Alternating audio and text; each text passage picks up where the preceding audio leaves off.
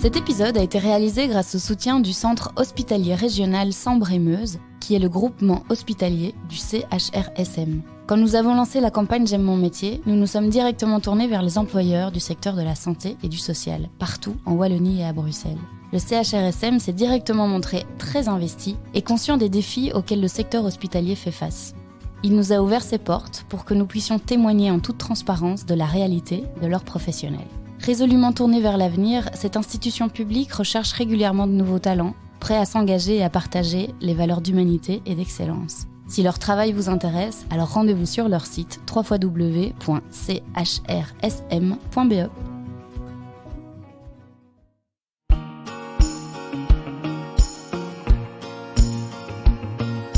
Bienvenue dans le podcast J'aime mon métier, le premier podcast belge qui met en lumière les métiers humains et inspirants des secteurs du social et de la santé.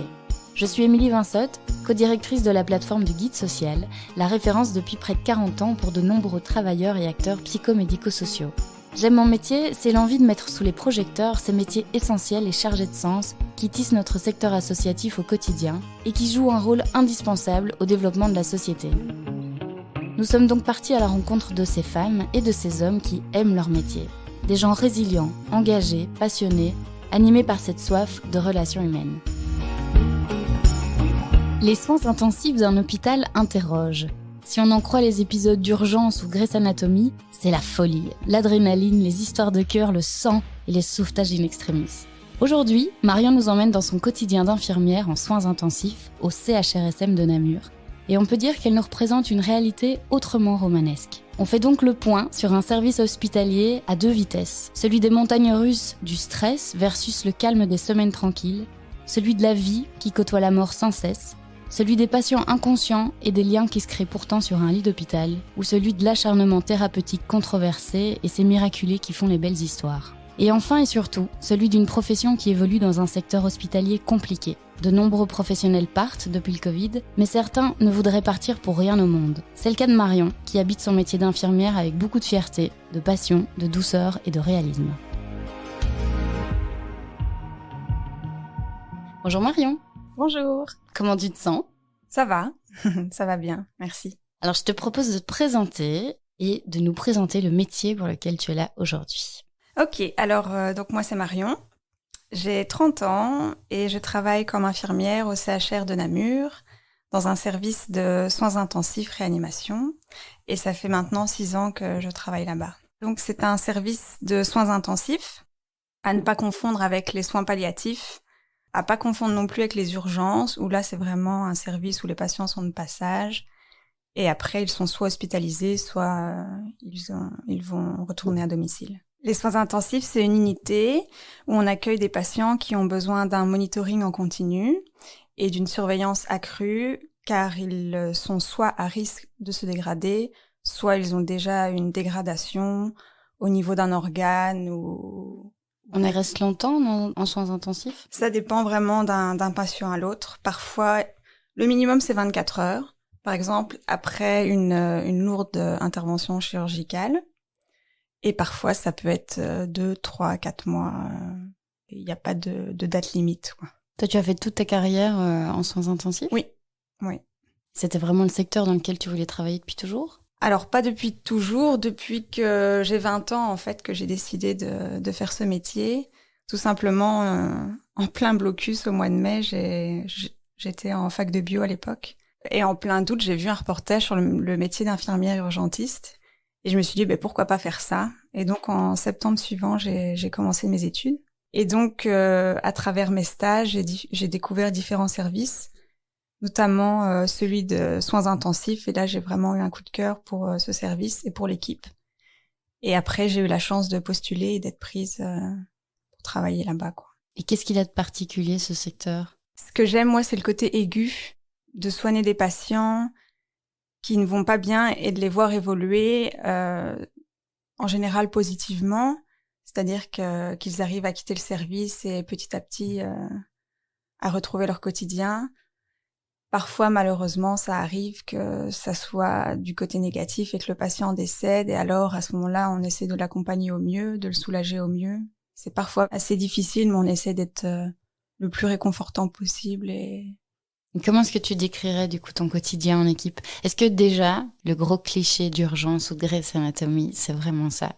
Est-ce que c'est de l'adrénaline? Est-ce que c'est des équipes, oui, ultra soudées, dans lesquelles il y a des histoires dans tous les sens? Est-ce que c'est ça la vie Et ben moi, dans mon cas, c'est un peu ça, parce que mon compagnon travaille dans le service. Mais c'est pas quelque chose qu'on retrouve dans tous les services, hein. Mais c'est vrai qu'on on est une équipe très soudée. Ça nous arrive de nous voir à l'extérieur, de faire des soupers ensemble, parce qu'on a des collègues qui deviennent des amis, qui sont bien plus que des collègues. Même si malheureusement il y a beaucoup de départs, des gens qui quittent ce service pour des services où les horaires sont plus confortables, où la charge mentale est plus facile au quotidien. Mais après, on n'a pas tous les jours des arrêts cardiaques, des patients qui décèdent. C'est pas non plus notre quotidien. On a beaucoup de patients chroniques, hein. Donc, on n'a pas que des patients qui sont extrêmement lourds à prendre en charge. C'est quoi l'atmosphère des soins intensifs? Les bruits, l'ambiance, les odeurs? Tous les patients sont sous monitoring. Donc, il y a parfois des alarmes, mais le 3/4 du temps, c'est des alarmes à cause de faux contacts. Ça capte mal, donc ça sonne beaucoup, parfois pour rien. Donc oui, c'est un service qui est assez bruyant par rapport à ça, par rapport aux pouces seringues qui se terminent, il y a des alarmes. Un patient qui tousse, qui est sous respirateur, ça va sonner. Donc oui, c'est un service assez bruyant. Et l'ambiance, c'est quand même une bonne ambiance, hein. Nous, on est une équipe qui aime bien rire aussi, donc ça nous arrive de rire. Et même, je pense, pour les patients, c'est au final de savoir qu'il se passe des choses gaies, ben ça doit pas être si désagréable d'entendre dans cette atmosphère un peu hostile, d'entendre qu'il y a de la vie. Tu passes du coup d'un état parfois plutôt calme à une urgence comme ça et à des décisions que tu dois prendre super rapidement. C'est un peu tout le temps les montagnes russes? Ça peut arriver que ce soit les montagnes russes, mais effectivement, il y a des fois où le service est à moitié rempli, ou voire on a seulement 2-3 malades dans les lits et qui sont stables. Donc parfois c'est extrêmement calme. Parfois le service est complet. Au contraire, on doit vite pousser un patient à l'étage pour en accueillir un autre. Et on n'a pas le temps de manger. Ça peut arriver, mais la plupart du temps c'est quand même gérable et heureusement, sinon on serait tous sur les rotules très très vite. Tu pourrais un peu nous décrire ton quotidien? Ma journée commence par une transmission avec l'équipe qui nous précède, donc qui nous explique un peu tout sur le patient, pourquoi elle est là, son évolution pendant son séjour, etc. Ensuite, on enchaîne avec les soins. Ça va des soins de base comme la toilette jusqu'au pansement, prise de sang, etc. C'est des patients donc, qui sont sous surveillance intensive, donc on prend régulièrement leurs paramètres. On leur donne régulièrement des médicaments, que ce soit par voie orale, par voie veineuse. Et alors, on les conduit à des examens comme au scanner, en résonance magnétique, parfois en salle d'opération. Ce qui est important aussi dans ce métier et aux soins intensifs particulièrement, c'est le côté relationnel avec le patient. Ils ont besoin d'être rassurés, eux, mais aussi leur famille. Et donc, on est assez proche des familles dans le sens où, quand ils viennent aux visites, on leur explique l'évolution, mais aussi par téléphone. On leur donne notre numéro de téléphone du service et ils peuvent appeler à n'importe quelle heure du jour ou de la nuit pour prendre des nouvelles de leurs proches. Et après ces quelques années de carrière, tu valides toujours autant ton choix? Si tu devais faire un petit bilan là des dernières années? C'est pas toujours facile, notamment au niveau de la charge mentale. Parfois, on voit des choses qui sont quand même très difficiles. Au niveau des horaires, principalement, travailler de nuit, les week-ends, pendant les fêtes, c'est parfois difficile. Mais à l'heure actuelle, je me sens vraiment bien dans ce service et aussi avec l'équipe. Ça fait vraiment beaucoup. On est une équipe très soudée et je me vois pas faire autre chose à l'heure actuelle, en tout cas. Tu penses que c'était ta vocation? Ma vocation, je ne pense pas. À la base, moi, je voulais faire vétérinaire. Donc, je pense que j'ai toujours aimé de soigner, en tout cas, le fait de prendre soin. Après, pour être infirmière, il faut quand même être assez mature. À 18 ans, je me voyais pas, c'est bête, mais faire la toilette d'un petit papy de 80 ans. Mais donc, je pense que c'est un métier où il faut être assez mature. Et à 20 ans, j'avais déjà plus de maturité. J'ai pu attaquer ces études-là plus facilement. Et tu gardes quel souvenir de tes études d'infirmière? Je garde un bon souvenir. J'ai eu la chance d'être bien accueillie à chaque fois en stage. C'est malheureusement pas le cas pour tout le monde. Dès mon premier stage, en fait, la chef est venue me trouver à la fin de mon stage et m'a dit « Tu peux postuler à la fin de tes études si tu veux ». Donc là, je me suis dit « Ah ouais, je pense que j'ai trouvé ma voie ». Et ensuite, tous les stages se sont plus ou moins bien passés. Et donc, tu as commencé directement sur ton ancien lieu de stage? Oui. Donc en fait, j'ai fait 3 ans d'études pour être infirmière. À l'époque, c'était 3 ans. Maintenant, c'est passé à 4 ans.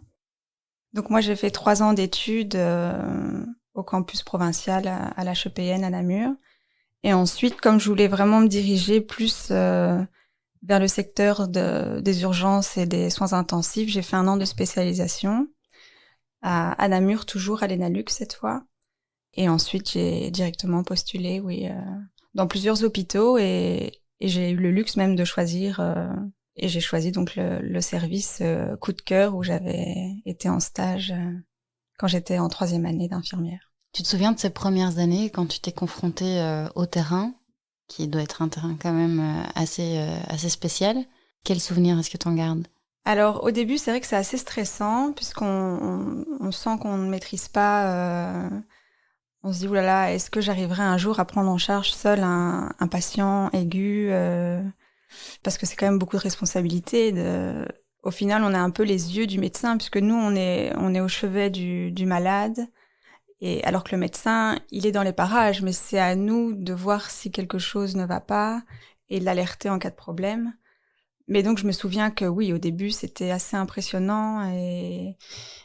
Mais au final, quand on commence à travailler, les collègues sont présents pour nous aider. En général, on est écolé pendant quelques semaines pour que la transition du statut d'étudiant à travailleur se passe le mieux possible. Il y a un patient qui t'a marqué dans tes débuts, dont tu te souviens encore aujourd'hui? Oui. Quand j'ai commencé à travailler, c'est vrai qu'il y avait une petite mamie de 90 ans qui venait pour altération de l'état général. Elle avait une hémoglobine très basse, donc ça veut dire qu'elle saignait quelque part. Et elle avait besoin de plus en plus d'oxygène. Elle devenait de plus en plus pâle, et là, je me suis dit, oula, il y a quelque chose qui est en train de se passer. Et donc, je suis allée avertir le médecin, mes collègues, et tout le monde était plutôt là à me rassurer en me disant, mais non, ça va aller, t'inquiète pas. Et au final, la petite mamie, elle s'est tellement dégradée qu'elle a fait son arrêt cardiaque dans les minutes qui suivaient. J'avais eu du mal sur le fait qu'on ait fait un massage cardiaque pendant 5-10 minutes, je ne sais plus, et qu'on ait induit des souffrances à cette grand-mère, parce qu'au final, un massage cardiaque à 90 ans, forcément, on a tendance à casser des côtes. Et donc, on lui a infligé quand même des souffrances, alors qu'elle allait certainement vivre quelques mois supplémentaires. Donc voilà, ça c'est un cas qui m'avait marqué. Parce que malheureusement, l'acharnement thérapeutique, c'est quelque chose qui arrive dans nos services. C'est parfois compliqué à gérer. Vous avez un peu d'emprise là-dessus ou Les infirmiers, pas spécialement, non. Ce sont vraiment les médecins qui ont le dernier mot, et même parfois entre eux, les médecins ne s'entendent pas. Certains veulent continuer, d'autres veulent plutôt s'arrêter. Et le patient peut donner son avis aussi en amont, s'il a eu le temps de le faire. Voilà. Malheureusement, parfois, il n'a pas l'occasion de donner son avis. Et quelqu'un qui est dans une détresse respiratoire, forcément, il veut qu'on le soulage. Et quand on lui propose une intubation, parfois, oui, c'est un soulagement à court terme, mais pas forcément à long terme, quoi. On n'a pas que des patients qui vont extrêmement mal, heureusement. Et après, on a aussi des miraculés. Parfois, on a des patients qui restent chez nous pendant des semaines, des mois dans le coma, et petit à petit, qui récupèrent et qui s'en sortent et qui arrivent même à retourner chez eux, à domicile, à être autonomes. Donc, c'est des cas qu'on retient pour affronter parfois des situations plus difficiles. Ce qui doit être, j'imagine, interpellant, c'est que la plupart de tes patients vont être intubés ou, comme tu le disais, dans le coma ou endormis. Comment est-ce que toi, tu retrouves ta relation avec ton patient? Alors, c'est vrai que si le patient est dans le coma, on a très peu d'interaction avec lui, mais la relation est alors décuplée avec la famille. Donc, on essaye de de faire au mieux pour la famille, pour qu'elle passe au mieux ce cap. Par contre, parfois, on a même des patients qui sont intubés et conscients. Donc ça, c'est plus compliqué parce qu'ils n'arrivent pas à s'exprimer, ils n'arrivent pas à parler. Donc on essaie de trouver des moyens pour communiquer. Ils peuvent faire des gestes, par exemple, ou alors écrire sur une ardoise. Ta vision de la vie et de la mort a changé ou a évolué depuis que tu fais ce métier ? Oui, je pense. Oui. Je prends des choses plus à la légère, dans le sens où je dédramatise plus facilement sur des petites situations du quotidien qui peuvent paraître difficiles pour certaines personnes. Après, j'ai peut-être tendance justement à banaliser certaines choses. Par exemple, je ne sais pas, un proche qui va me dire « Oh, je me suis fait ça et moi, je vais dire « Oui, c'est pas grave. » T'es pas mort, quoi. Voilà. Mais du coup, la mort, tu la vois d'une autre manière. Tu dis, ça fait partie de la vie. C'est vraiment ça qui a changé ? Oui, c'est quelque chose c'est le processus normal. Après, parfois, ça arrive de manière prématurée. Quand c'est une jeune personne de mon âge, forcément, c'est plus difficile à encaisser. Parfois, dans ces cas-là, si c'est possible, hein, on essaie de se tourner vers le don d'organes. Et ça, je trouve que c'est quelque chose de beau, parce qu'en soi, la personne continue à vivre à travers quelqu'un d'autre. Comment est-ce que tu vis ces situations compliquées, justement ? Tu parles de quelqu'un qui a ton âge et qui s'en va. Comment est-ce qu'en équipe, vous surmontez ça ? Comment est-ce que vous arrivez à gérer vos émotions ? Mais déjà, comme tu l'as dit, en équipe, on communique beaucoup entre nous. On fait souvent des débriefings sur des situations, donc ça nous aide. On peut facilement avoir des psychologues, aussi bien pour le patient, sa famille, mais aussi pour nous. Il y a des psychologues dans l'hôpital qui sont disponibles en cas de besoin. Ça m'est déjà arrivé, oui, de parler de situations critiques, compliquées avec des collègues. On a même déjà eu une réunion d'équipe pour parler d'un cas qui nous avait quand même marqué. Et alors à ce moment-là, chacun donne son avis, son ressenti, et on peut plus comprendre à ce moment-là pourquoi on a été jusque-là, par exemple, avec le patient. Le médecin, parfois, nous explique pourquoi, selon lui, il fallait continuer à se battre. Et voilà, parfois, c'est un peu un discours de sourd, parce que les médecins, eux, ils ont tendance à être jusqu'au boutiste, donc à vraiment aller jusque la fin. Alors que le côté infirmier, parfois, a justement du mal par rapport à ça, en se disant à quoi bon infliger autant de souffrance à un patient, sachant que l'issue sera fatale. Mais il nous arrive d'avoir des miracles. Je pense que c'était en février ou en mars dernier, on a eu vraiment une miraculée. Là, on s'est dit, ah oui, effectivement, on a eu raison de s'acharner, parce que la personne s'en est sortie vraiment et a quitté l'hôpital. Et depuis, elle revient nous voir pour nous dire bonjour de temps en temps.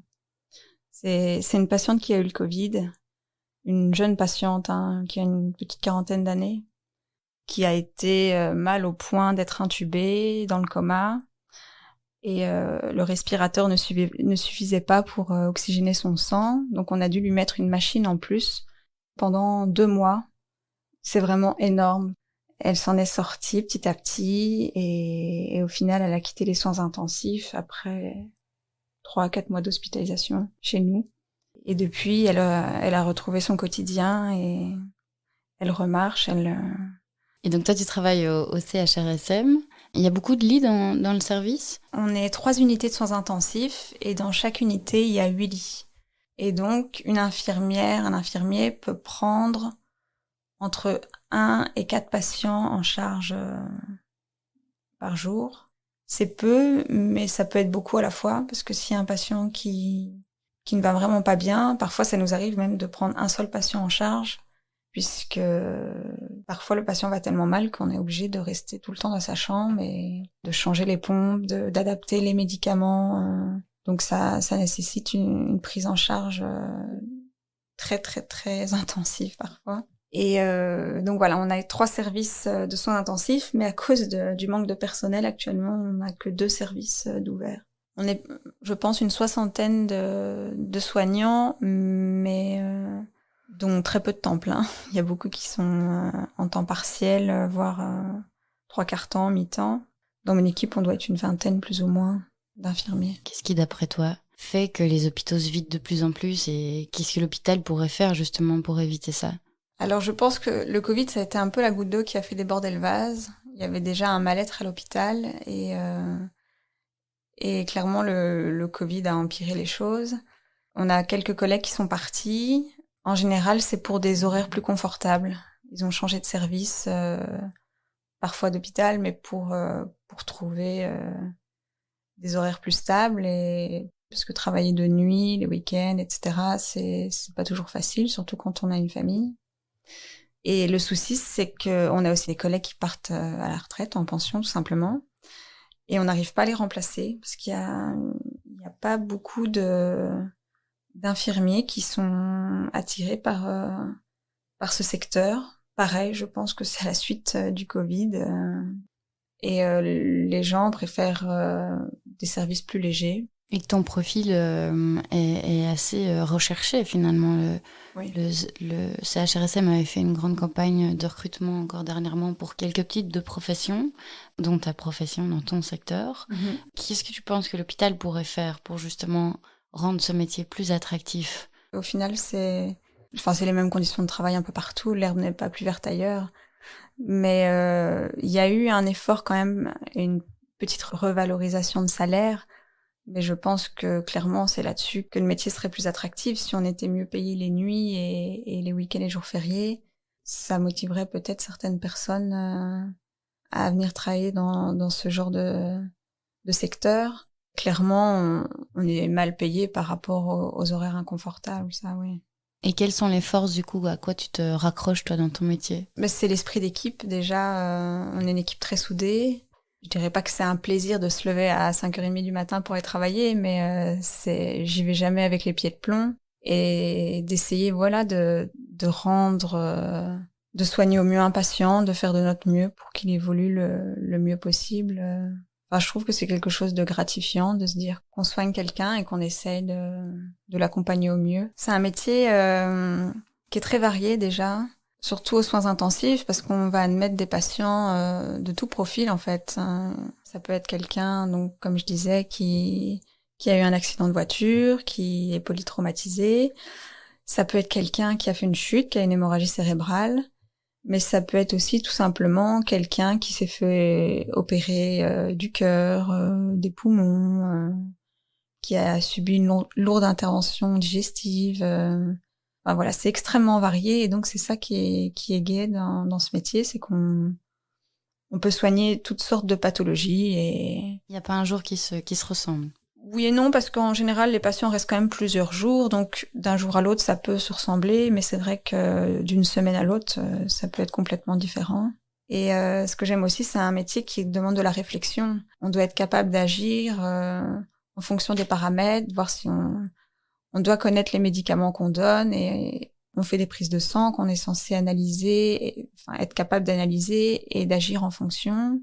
Donc on a quand même pas mal d'autonomie et beaucoup de réflexion au quotidien. Donc ça c'est chouette et c'est stimulant, je trouve. Et vous êtes en relation avec d'autres métiers, à part les médecins? Oui, on a des assistantes logistiques qui travaillent au quotidien avec nous, des kinés, parfois des logopèdes, les chirurgiens éventuellement. Donc ouais, c'est vraiment un métier avec une prise en charge pluridisciplinaire et ça c'est sympathique, oui. Et quelles sont les qualités d'après toi pour être une infirmière dans ce secteur si particulier? C'est une infirmière qui n'est pas trop stressée, qui voit les choses, qui est aussi rassurante pour le patient et pour sa famille. Quand tu dis rassurante, c'est trouver les bons mots, avoir de la pédagogie? Oui. Oui, c'est ça. C'est pouvoir soulager au mieux le patient, que ça soit via les médicaments, mais aussi via les mots, trouver les mots justes pour l'informer, mais aussi pour le rassurer au mieux et l'accompagner au mieux. Est-ce que vous vous dites parfois que vous êtes un peu maso de continuer, parce que ça a l'air d'être quand même un secteur compliqué et en même temps vraiment enrichissant? Comment est-ce que c'est vécu au sein de ton équipe, cette difficulté de terrain, cet enrichissement, le fait que vous soyez encore là mais que vous voyez d'autres collègues partir? Je ne sais pas. C'est aussi gai hein, de travailler dans cet univers, c'est stimulant et c'est valorisant, je trouve, de voir que des patients évoluent. Et c'est pas forcément plus rose dans d'autres services, hein. Par exemple, aux urgences, ils vont accueillir des patients ils vont accepter tout le monde, donc parfois ils vont être en surcharge de travail. Alors que nous, on sait qu'on a 8 lits et on aura 8 patients maximum. Et à l'étage, 30 patients, c'est parfois difficile à gérer. Parfois la nuit, ils sont seuls, 30 patients. Nous, on est minimum 2 infirmiers dans le service. Et du coup, quels sont tes conseils pour gérer les situations difficiles ? En parler avant tout à son équipe, à ses collègues, à son chef, parce que le chef a quand même plus de poids auprès des médecins, des chirurgiens ou autres. Donc c'est vraiment en parler, ne pas garder ça pour soi, même éventuellement en parler à ses proches, hein. Mais d'être H24 ensemble, parfois c'est... Vous êtes en plus dans le même service. Parfois c'est un peu trop, mais on va pas se plaindre. On a la chance d'être dans une équipe qui accepte qu'on soit en couple et dans la même unité. Je sais que dans d'autres hôpitaux, c'est pas possible. Et raconte-moi un petit peu, est-ce que tu fais, pour la gestion de ces situations, est-ce que tu vas plutôt être dans la compassion, dans le détachement par rapport à tes patients ? Comment est-ce que tu définirais, toi, ta prise en charge ? Moi, je suis plutôt dans la compassion. J'aime bien savoir l'évolution du patient et même ce qui devient après avoir quitté les soins intensifs. C'est pas toujours bien perçu de certains collègues ou quoi, mais moi j'aime bien savoir ce que le patient est devenu. Et ça m'est déjà arrivé, un patient qui restait très longtemps chez nous, d'aller le voir après à l'étage pour prendre de ses nouvelles. Voilà, pour savoir tout simplement son évolution. Et en général, ça fait plaisir aux patients de voir qu'on s'intéresse à eux et qu'on continue de prendre de leurs nouvelles. C'est ça qui te nourrit le plus, toi, c'est cette relation ? Oui, je pense, le côté relationnel. De soigner un humain, je trouve ça assez valorisant de se dire que il n'y a pas que grâce à moi, mais grâce à toute l'équipe, on arrive à faire des belles choses et que des patients retrouvent leur autonomie alors qu'ils ont frôlé la mort, c'est quelque chose de glorifiant. Tu pourrais nous raconter une histoire qui t'a rendue fière ? Oui, hein. Je pense notamment à une patiente qui a chuté dans un cours d'eau, je sais plus si c'est la Meuse, qui a fait une hypothermie et qui a fait là-dessus un arrêt cardiaque assez rapidement. C'est une jeune patiente qui avait une trentaine d'années. Dans ces cas-là, on décide de mettre une circulation extracorporelle. Ici, c'est une machine qui remplaçait le rôle du cœur et des poumons, parce que le cœur était à l'arrêt, donc il fallait vraiment continuer à oxygéner ses organes et avoir un certain débit pour qu'elle continue de vivre. Et donc cette patiente est arrivée chez nous avec cette machine. Son scope était plat, c'est-à-dire qu'il n'y avait pas d'activité électrique. Le cœur ne battait plus, mais il y avait cette machine qui était là pour la maintenir en vie. Et à partir du moment où elle a récupéré une certaine température, elle a commencé à retrouver un rythme cardiaque. C'était pas moi qui étais là à ce moment-là, mais ils ont fait un choc électrique externe et tout de suite le cœur a retrouvé une activité électrique viable. 2 jours après, on a su sevrer la machine qui la maintenait en vie et même pas une semaine après, elle a quitté les soins intensifs en ayant 0 séquelles. Donc ça, c'est assez fou. Elle a clairement été morte pendant un laps de temps et elle s'en est sortie. Forcément, elle ne se rappelle pas de ce qui s'est passé. D'ailleurs, pour eux, c'est assez troublant, les patients, parce qu'ils se disent... ils ont un trou noir, en fait. Parfois, il se passe une semaine sans qu'ils ne se souviennent de rien. Mais ça, c'est vraiment une belle histoire. Une jeune femme comme ça qui a été en arrêt cardiaque pendant plusieurs heures, mais qui finit par s'en sortir sans séquelles. C'est assez incroyable. Elle fait partie de la team des miraculés oui. de chez vous. Justement, avec tes patients, quel est le lien que tu tisses avec eux ? C'est vrai qu'on a tendance à leur demander où ils habitent, s'ils ont de la famille, etc. Et après, ça dépend d'un patient à l'autre. On voit qu'il y en a certains qui sont plus réceptifs que d'autres. Mais si on voit qu'ils aiment bien se confier, alors on n'hésite pas à prendre des nouvelles d'eux et de leur famille, etc. en demandant « Tiens, vous avez eu de la visite hier ?» Et parfois, malheureusement, c'est des patients qui reviennent plusieurs fois chez nous et c'est encore une relation différente, forcément.